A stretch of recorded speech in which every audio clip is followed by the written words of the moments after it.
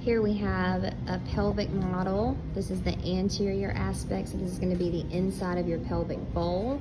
This is called the iliac fossa. Right here, this is the iliacus muscle, which attaches to the iliac fossa. This here has been cut. This is the psoas major. So imagine it coming way on up here and then attaching to lumbar vertebra. Here's where your spine would be, and then your sacrum. That's where the articulation of the sacrum would be.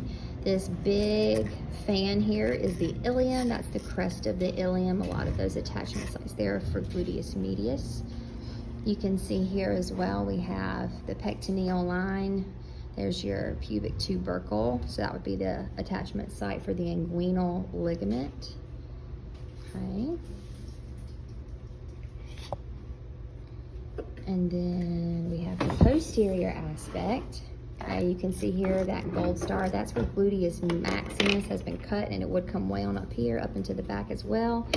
Down here to the gluteal line. This little bump on the gluteal line is the gluteal tuberosity. You can see that's been cut, and underneath that we have the gluteus medius here. And if you look here to the lateral side of the model, you can see that the gluteus minimus lies underneath or deep to the gluteus medius. Now, here we have what we call P-Go. Yes, my child's with me. P-Go-Go-Q. Please don't do that, Sydney. P-Go-Go-Q. Those are the external. Sydney? I can't start over, baby. Okay, P-Go-Go-Q.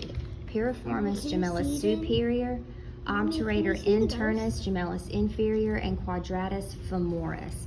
All of these are going to reach like fingers over here to the femur and pull your hip into external rotation.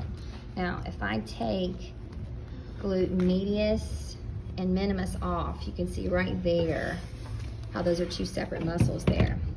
Now, on this surface, that's like the outside, the lateral aspect, and here we're talking about posterior, here we're talking about anterior, of your ilium. So this whole piece right here is the gluteal surface. Now you have gluteal lines.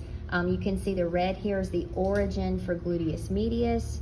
This red portion here is the origin for gluteus minimus, and the margins or the borders there are the gluteal line. So this would be the posterior gluteal line, the anterior gluteal line, and the inferior gluteal line. So a perfectly valid test question could be, okay, identify, like stars here, identify the muscle that attaches here and 3 of its actions.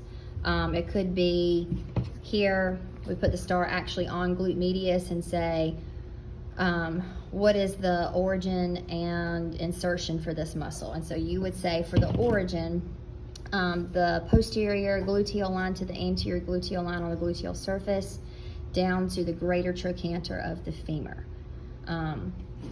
So you got to get pretty specific there. So greater trochanter here, intertrochanteric fossa, you see that in there. So your piriformis attaches in there. You've got your lesser trochanter here, the head of the femur. You've got lots of sites for attachments there. Okay, this is a very good model because of the red and the blue. The reds are origins, the blues are insertions. So this can help put a little more context to your bony landmarks when you're looking at the naked bone without any colorations on it. Here you can actually see and like highlighted what it's talking about. Hope that helps.